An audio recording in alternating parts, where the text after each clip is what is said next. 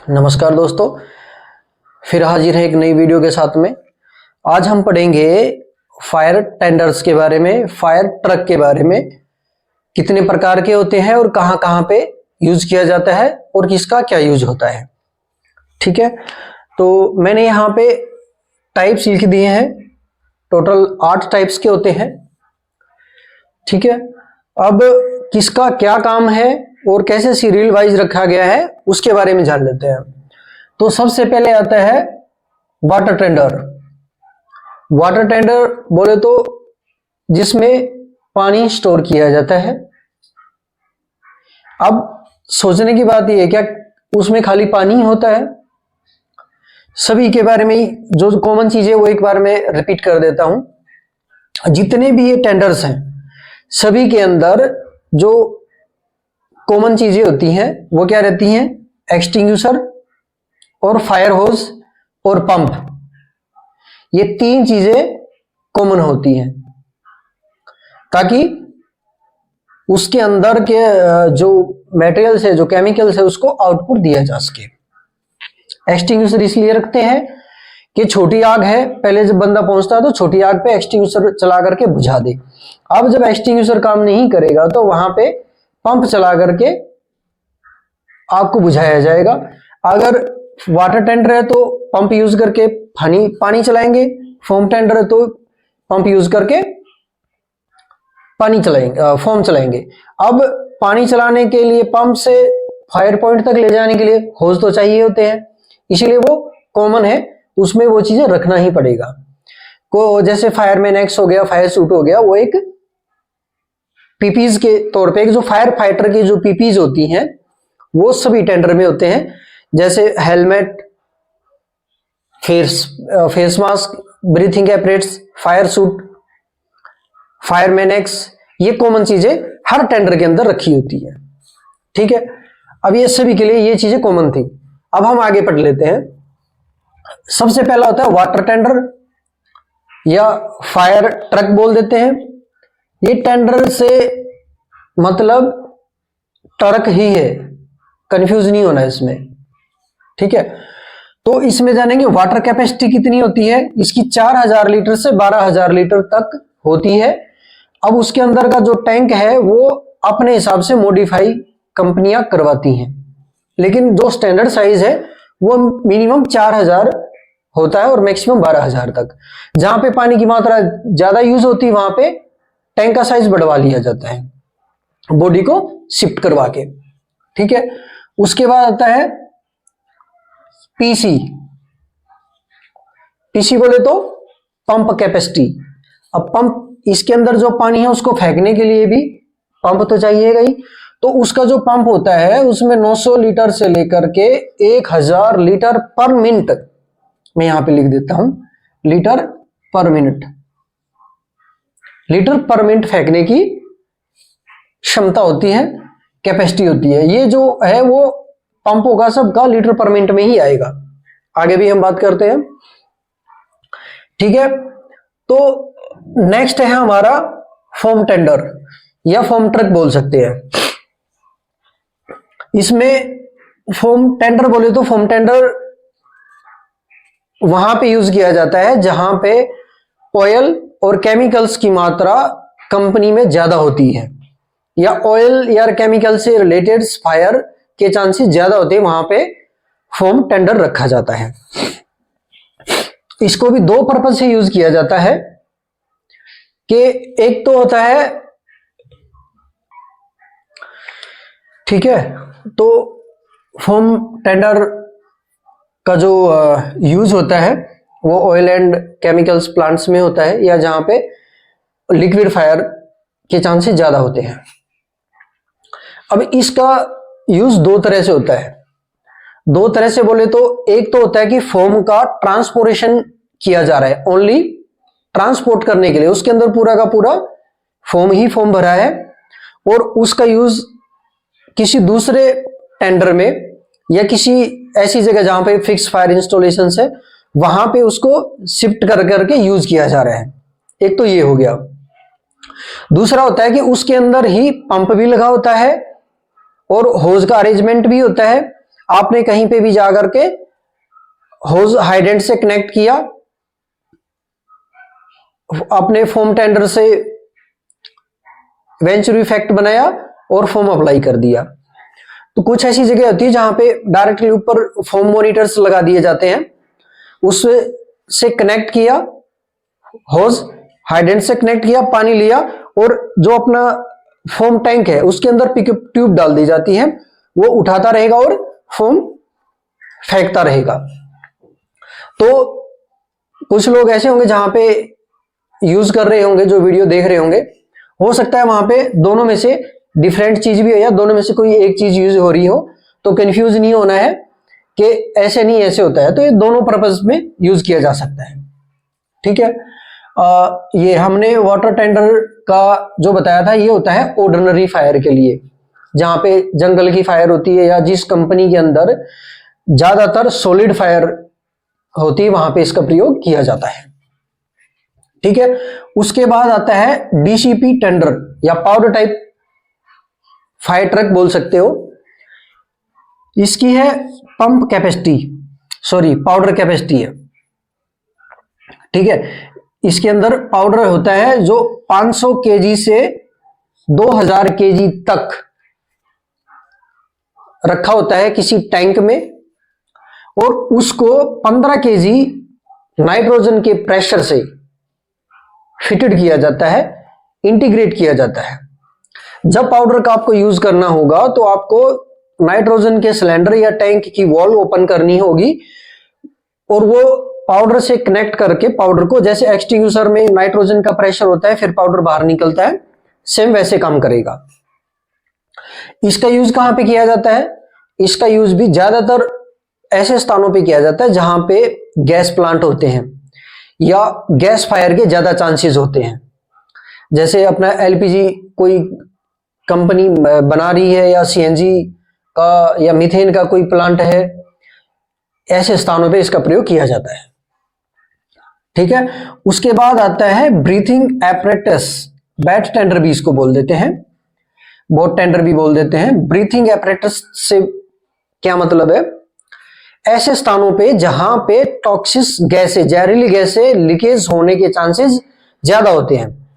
जैसे कोई company gas या माइंस का काम कर रही है, वहां पे H2S की मात्रा ज्यादा होती है रिफाइनरीज में, तो वहां पे एक स्पेशल ही ब्रीथिंग एपरेटस का एक टेंडर बना दिया जाता है। वहां पे कंप्रेस्ड, जैसे हम BA सिलेंडर रखते हैं उसी तरह से टेंडर के अंदर ही फिट कर दिया जाता है। कुछ स्थानों पे उसको ट्रॉली भी बोल देते हैं, BA ट्रॉली भी बोल देते हैं, जो कि ज्यादा मात्रा में ऑक्सीजन को, एयर को स्टोर करने का काम करती है। और उसमें ब्रीथिंग एपरेटस का जो मास्क होता है उसमें कनेक्ट करके आप एक लंबी दूरी तक उसका यूज कर सकते हो।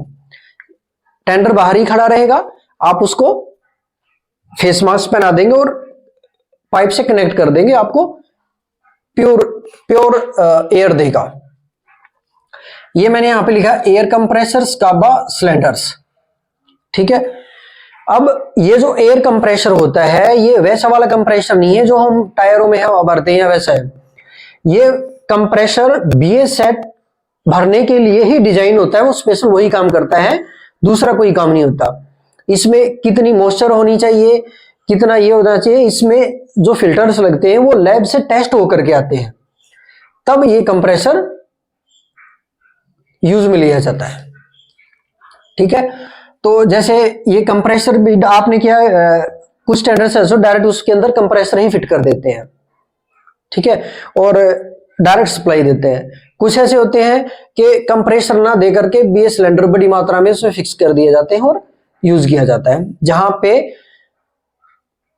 जहरीली गैसें ज्यादा यूज होती हैं या लीकेज होने के चांस ज्यादा होते हैं, वहां पे इसका प्रयोग किया जाता है। उसके बाद आता है मल्टीपर्पज फायर टेंडर। अब मल्टीपर्पज फायर टेंडर कौन सा होता है? जिसके अंदर पानी भी हो, फोम भी स्टोर हो और पाउडर भी हो, इसको मल्टीपर्पज टेंडर बोलते हैं। मींस कोई ऐसी कंपनी है कि उसके अंदर तीनों की मात्रा बराबर है, वहां पे लिक्विड फायर भी है, वहां पे गैस फायर भी है और ऑर्डिनरी फायर के भी चांसेस हैं। ऑर्डिनरी फायर तो हर जगह ही रहती है।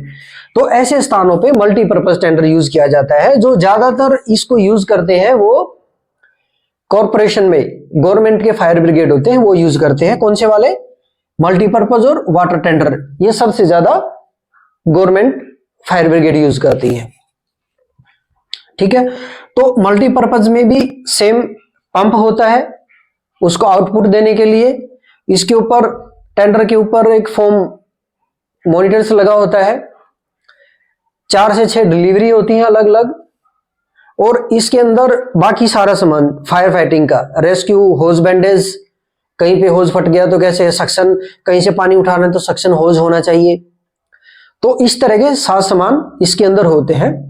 और जैसे मैंने बताया था कि ये कुछ कॉमन चीजें पीपीज वगैरह हैं वो भी इनके अंदर रखे होते हैं। उसके बाद आता है हाइड्रोलिक प्लेटफॉर्म, या इसको दूसरा नाम दिया जाता है स्नॉर्कल फायर टेंडर। इसका यहां पे 30 मीटर से 120 मीटर लिखा होता है। इसमें बाकियों में और इसमें क्या डिफरेंट होता है? इसके अंदर वाटर टैंक भी होता है, कुछ मात्रा में फोम भी रखा जाता है। वो डिजाइन किया जाता है फोम और टैंक को कैपेसिटी जांच करके। उसके ऊपर एक लैडर लगा देते हैं, एक्सटेंड होती है, प्लेटफॉर्म लैडर एक्सटेंड होती है वो, और उसी के ऊपर एक मॉनिटर भी फिक्स कर दिया जाता है। अब जहां पे हाइट ज्यादा होती है बिल्डिंग के अंदर, मान लिया आग लगी और उसके अंदर एक्सेस भी नहीं है कि हम अंदर जाकर के आग को बुझा सके, तो उसमें क्या होता है, बाहर टेंडर को खड़ा कर दिया जाता है और एक्सटेंशन जो लैडर है उसकी, टीटीएल लैडर है जो, वो एक्सटेंड हो जाती है। उसके साथ में ऊपर मॉनिटर भी चला जाता है और ऊपर एक प्लेटफॉर्म भी बना होता है कि वहां पे फायरमैन आराम से खड़ा हो सके, या बिल्डिंग से किसी को निकालने के लिए उसमें रेस्क्यू भी कर सके। कई बार आपने मैन लिफ्ट, एक जेसीबी टाइप की होती है, मैन लिफ्टर होता है वो, जो स्ट्रीट लाइटों को रिपेयर करने के लिए आता है, वो ऊपर एक प्लेटफॉर्म बनाता है, उसमें सेफ्टी बेल्ट पीपीज पहन करके बंधा जाता है, मेंटेनेंस करता है। सेम उसी तरह से इसमें भी एक प्लेटफॉर्म बना होता है। ठीक है, तो ये 30 मीटर से 120 मीटर तक एक्सटेंड होने वाली लैडर इसके ऊपर लगी होती है। अब 120 मीटर क्या है, जो अपने इंडिया में है वो जो मोस्टली हाइट है वो 120 मीटर के समथिंग ही होती है, 10 प्लस माइनस होती है। ये 120 मीटर मैंने वो लिखा है जो एक नॉर्मल साइज है। कुछ ऐसे प्रदेश है जो मेट्रो सिटी है जिनमें बिल्डिंगों की हाइट ज्यादा है, तो वहां पे टेंडर भी उस हिसाब से यूज किए जा रहे हैं, ज्यादा एक्सटेंस होने वाली लैडर वहां पे यूज होती है। विदेशों में उससे भी ज्यादा ऊंची ऊंचाई वाली बिल्डिंगें होती हैं। ठीक है, ये मैंने यहां पे लिखा है ना, ladder plus water monitors. Water monitor, water cum foam, ये दोनों काम कर सकता है। उसके बाद आता है aircraft rescue fire fighting trucks, या फायर टेंडर बोल सकते हैं आप। इसका शॉर्ट फॉर्म होता है ARFF टेंडर। मैंने यहां पे लिखा है रनिंग वे ऑपरेशन एयरपोर्ट ओनली। ठीक है, अभी ये जो बाकी चीजें हैं ना, ये वाला जो है बाकियों से पूरा डिफरेंट है। जब आप बाकियों से फायर फाइटिंग कर रहे होगे तो आपको फायर ट्रक को एक ही जगह खड़ा करना होगा। उसका जो पीटीओ है, या तो आप गाड़ी चला लो या पीटीओ से पंप चला लो, दोनों में से एक ही काम हो सकते हैं बाकी सभी टेंडरों में। लेकिन ये टेंडर क्या होता है, चलते चलते फायर फाइटिंग करता है, गाड़ी भी दौड़ती रहेगी और फायर फाइटिंग भी होता रहेगा। इस तरह से इसको डिजाइन किया जाता है। और इसका यूज जो होता है वो एयरफोर्स एरिया या जहां पे एयरपोर्ट होते हैं वहां पे यूज किया जाता है। क्योंकि जब किसी भी हवाई जहाज में या जहाज में आग लग जाती है तो उसको इमरजेंसी लैंडिंग दी जाती है। इमरजेंसी लैंडिंग जब दी जाएगी तो वो चलते चलते एकदम से तो रुकेगा नहीं, और रनवे पे जैसे उतरेगा उसी टाइम पे जो फायर ट्रक होगा वो भी उसके साथ साथ में दौड़ेगा और फायर फाइटिंग करेगा। इस तरह से इसको डिजाइन किया जाता है। ये बाकियों से डिफरेंट होता है। पंप की कैपेसिटी डिफरेंट होती है। जो नॉर्मल कैपेसिटी है वो मैंने यहाँ पे शुरुआत में लिखा था, ठीक है, अब डिपेंड करता है कि हमारी डिमांड कैसी है, उस तरह से पंप जो है उसमें इंस्टॉल किया जाता है। सिंगल स्टेज होता है और मल्टी स्टेज, तो उसके हिसाब से जो हमारे आरपीएम और पानी की जो हमारा आउटपुट हमें चाहिए उसकी आउटपुट बढ़ जाती है। ठीक है, ये हो गया। उसके बाद आता है रेस्क्यू टेंडर। रेस्क्यू टेंडर कौन सा होता है? रेस्क्यू टेंडर वो होते हैं, ये हेलीकॉप्टर्स भी हो सकते हैं, ट्रक भी हो सकता है। आपने जब उत्तराखंड में बाढ़ आई थी तो आपने देखा होगा कि हेलीकॉप्टर से लोगों को रेस्क्यू किया जा रहा था। जिन लोगों को बाढ़, कहीं पे भूकंप आ जाता है, बिल्डिंग ढह जाती है, बाढ़ आ जाती है, या कोई ऐसी आपदा आ जाती है जिसमें एक्सीडेंट हो गया गाड़ियों का, तो वहां पे क्या होता है, इमरजेंसी के रिसोर्सेज चाहिए होते हैं। जैसे दो गाड़ी आपस में टकरा गई, अब वो भिज गई, आदमी जो है ना अंदर गाड़ी में ही फंस गया, निकाल नहीं पा रहे, तो उसमें कटर भी होते हैं, हाइड्रोलिक कटर होते हैं, बॉडी को काट करके गाड़ी की बॉडी काट करके आदमी को बाहर निकाला जाता है। इसके अंदर ऑक्सीजन के सिलेंडर्स भी रखे हैं, जिसको हम ब्रीथ एपरेटस बोल देते हैं, नॉर्मल लैंग्वेज में ऑक्सीजन सिलेंडर बोलते हैं।